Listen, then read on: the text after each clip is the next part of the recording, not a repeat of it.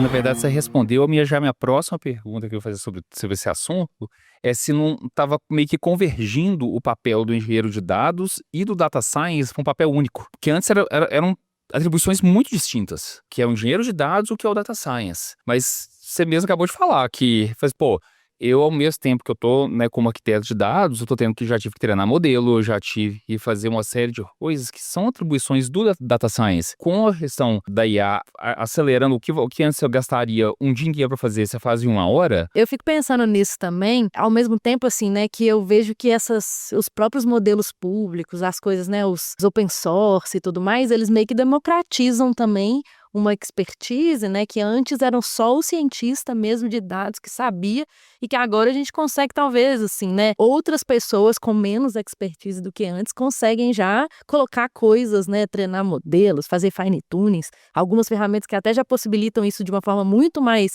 dada, né, por exemplo, o próprio Azure Foundry lá, bem fácil, né, assim, de fazer um fine tuning no modelo, uma LLM, só que ao mesmo tempo tem um outro negócio aqui que eu acho que é muito importante, que eu acho que as empresas meio que tomaram também a LLM como uma bala de prata que vai resolver todos os problemas, esquecendo que existe um tanto de problema que são resolvidos com machine learning tradicional, né, que são resolvidos com outras técnicas que não tem nada a ver com LLM. Só que como, né, estamos, né, enfim, com tudo isso que a gente está vendo, a empresa acha que agora tudo é linguagem natural, tudo é LLM, pronto e acabou. Cara, é bem isso, assim. Inclusive, a gente vê discussões se o papel do cientista de dados vai morrer com o surgimento do GenAI, né?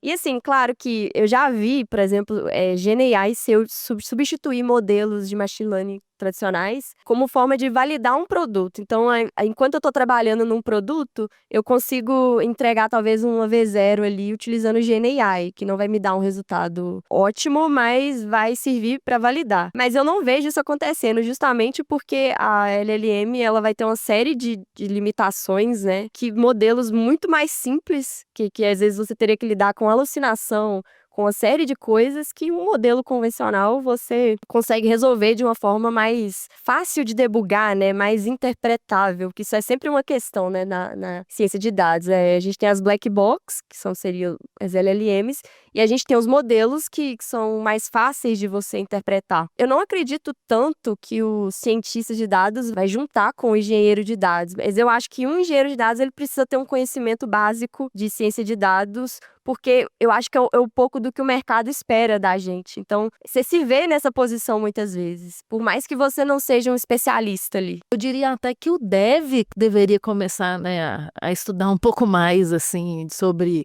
modelos, né, sobre dados, porque no final das contas, a gente meio que tá vivendo uma mudança mesmo de paradigma, né, de coisas que são de aplicações, já falou aqui no Entre Chaves também sobre isso. Como eu resolvo um problema? Normalmente eu pensava num front-end e num back-end. Agora eu talvez vou começar a pensar mais em agentes de IA. E isso já gera uma mudança mesmo de como eu penso em resolver problemas. E talvez em algum momento, assim, né? Para muitos, não. Muitos eu vou só pegar lá minha API da OpenAI, da Anthropic, e vou consumir, pronto, e acabou. Mas em algum outro, né? Para você entender mais, para você até conseguir otimizar melhor, alguns conceitos de ciência de dados passam a ser importantes, inclusive para devs, na minha opinião. Por exemplo, saber estruturar um teste AB, que é importantíssimo para uma aplicação quando você quer lançar uma feature nova, né? E aí você quer lançar 2 versões e ver qual que é a melhor. Isso é algo, acho que é uma ferramenta legal, né, para o desenvolvedor. E fora métricas de usabilidade da aplicação. Mas mesmo, tô falando assim, até mesmo coisas bem específicas de ciência de dados, assim, né? Tô tentando pensar alguma coisa e não tô conseguindo vir nenhum exemplo na minha cabeça, só tô pensando em token. Mas tô falando assim, coisas mais específicas mesmo, né? Sei lá, boa gestão de token, saber entender melhor o que é isso, entender RAG, né? Que são talvez ali alguma coisa, não sei. Aí o exemplo mais clássico que a gente tem da utilização do machine learning em si, quando você entra no aplicativo de compras, né? Você entra no Amazon, no Mercado Livre, ou aplicativo de compras, que você seleciona um produto, que lá embaixo aparece assim, você também pode gostar de, e te indica quais produtos que tá ali, aquilo ali é machine learning puro. Baseado nesse usuário, eu tenho aqui, eu já sei dos gostos dele, já sei o que ele costuma comprar, ele tá olhando esse produto específico, como que eu posso, o que que eu posso mostrar para esse usuário que eu vou tentar fazer com que ele clique e converta na compra. E esse é um exemplo clássico do machine learning puro, né? Que é ciência de dados pura, não é LLM. Falando ainda de novos papéis e voltando aí um pouco, né, no que eu até falei aqui do paradigma de agentes e tudo mais, eu acredito e já acho que já estamos vendo isso, cada vez mais vagas e papéis relacionados a essa manutenção de agentes, assim, sabe?